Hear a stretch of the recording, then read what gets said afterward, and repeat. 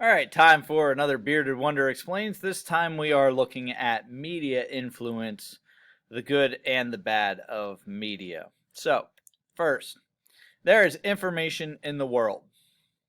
So far, nothing too complicated about that. There are people in the world who want to know the answer to questions. That means that we want to get information. Problem is that there's way more information than I can ever know. And so sometimes it is helpful to have something called media. And media is literally just that thing that kind of filters that information to give to me. Think of the word medium, right? Medium means it's in the middle, and that's where we get the word media. So media is just something that gives us information or filters the information and then gives it to us so that it can be more meaningful. Media can be internet, radio, magazines, television, newspapers, books, music. There's all kinds of forms of media. But it is important to recognize that media always is a filter. In other words, they cannot possibly give us all of the information. They can only give us some. And they pick what that sum is. And so it has a bias to it. But it's also told in the form of a narrative. In other words, there is a story from the media or from media in general that is told no matter what.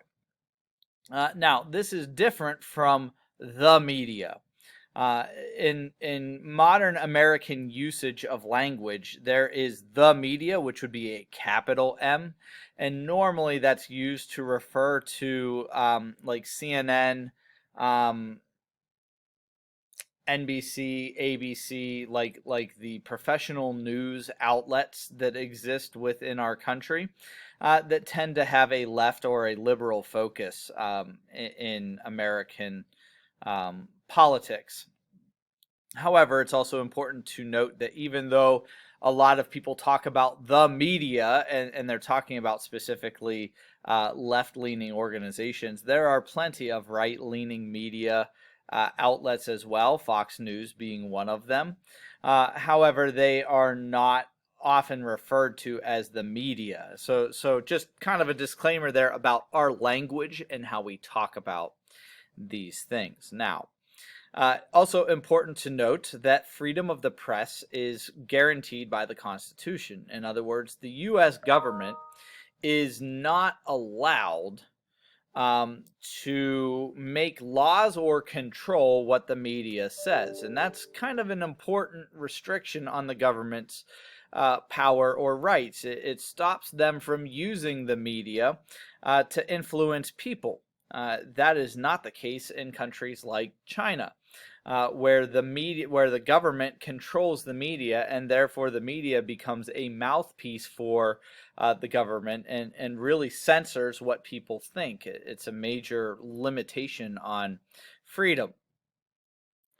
Now, in today's world, the internet is the most important kind of source of information. It's where we get most of our information from.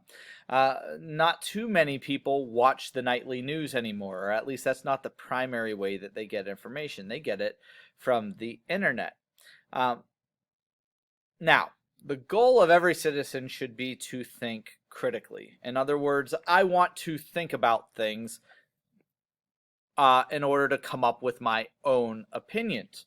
I want to think about that information. The problem is that the internet is a huge place. And so we have adopted basically, the new media, if you want to kind of think about them this way, is social media and also search engines. And they basically filter information as it comes to me. And by the way, that's a good thing. So let's talk about the unique problems that are caused by social media or search engines. Number one is that we need them to discriminate. And so if I'm looking for Chinese food somewhere in Rock Hill, if the internet is committed to critical thinking and being fair to everything and just kind of gives me random answers to my questions, it's useless. The internet is huge, and if I'm wandering around it's not helpful to me to give me information. So I need it to discriminate. In other words, I need it to filter my results to give me specific things. And if not, it's pretty much useless to me. However, we also need it to not discriminate. So when we're looking for information about the political views of somebody, even though Google is a company and might have an idea about who is a better president, and by the way, it definitely does, I need it to be unbiased enough that when I'm looking for that information, if I want to critically think about it, I need Google to give me information that it disagrees with. If it doesn't do that, then it's not really helping me to critically think. It's worthless. So we need it to discriminate, otherwise it's not going to do well, but we also need it to not discriminate. Now we're starting to see why this is a problem. Number 3, we don't know when it's discriminating and when it isn't. And part of that is because we're actually teaching it to discriminate the way we like. When we like stories, one of the main ideas of liking things on Facebook and Twitter and other things like that is so that they can show us the things that we like. The problem is that when I see things that I like, I don't see things that I don't like, which is the opposite of critical thinking. And so literally, if I'm trying to think critically about political issues, I need to read things that really tick me off. Because if I don't, then I'm only hearing the ideas that I like. But since we're on the internet, all of us are hearing different ideas. We're living in what you would call an echo chamber, right? Where I just hear my own ideas back to me. And so we don't know when the internet's discriminating and when it isn't. And we're training it to do this better. And this is also a problem because sometimes it discriminates because that's just smart, right? Like, for example, is the world a sphere?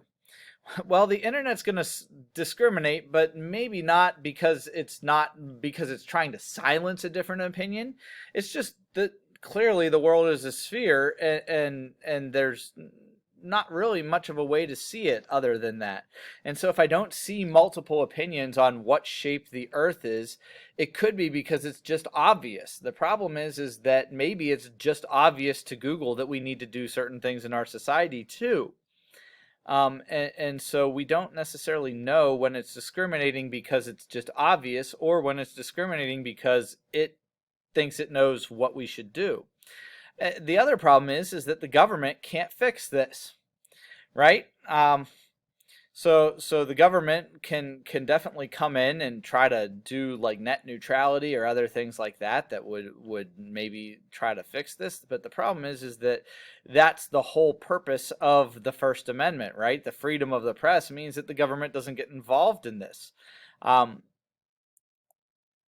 And so this creates a conflicted set of ideas. And so again, the question, and I'm sorry that these videos are kind of ending this way, but the question really is what do we do with this? And I'm going to give you a couple of suggestions in this one. Not going to solve the problem, but it's at least going to deal with these problems and give you some ways to work around it. So, if we accept that critical thinking requires you to force yourself to think about multiple sides of a question. In other words, I'm not critically thinking unless I hear ideas that I disagree with and think about them and still decide that they're not good ideas and I disagree with them. So, when I ask the internet about something, I need to go out of my way to make sure that I am seeing both sides of something. If I'm not, then I need to change my search terms. And I've done this with certain issues, and it can be hard. Like it can be a real challenge to find information on the internet if Google thinks it's a bad idea. And so if I'm really committed to critically thinking, here are some steps that you can apply. Number 1, make sure you know all sides and know when you don't. In other words, when you're doing research, go out of your way to think about what people might say that disagree with you. and find those opinions. Find the doctors that say things that disagree with what you think or with what Google's saying. And if it's giving you articles that say, here are 10 reasons why these people are wrong, that's not really hearing their side. You're still hearing the same side. So you may have to change the search a couple of times before you finally get to critically think. So make sure you know when you are and when you're not. Number 2, assume that everything is biased, including your search engine, because it is. Every human being on the face of this planet is biased. And number 3, research. Don't take my word for it. Research it for yourself, because everything is biased, and that includes me. This video is biased. And so I am trying to do the right thing here, but I'm also basically saying don't trust me without learning more for it from yourself. So if you heard something in this video or any of my videos that you disagree with, do some of your research yourself. See both sides of it. Even me trying to be not biased is me trying to not be biased based on my biases.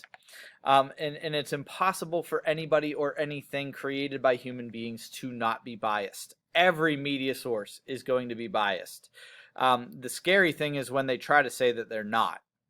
At least when they say that they are, and I know that they are, now I can get closer to critically thinking. I love to read articles from Fox News and ABC News, both together. When I search for news online to get up on current events, I read on purpose from multiple viewpoints.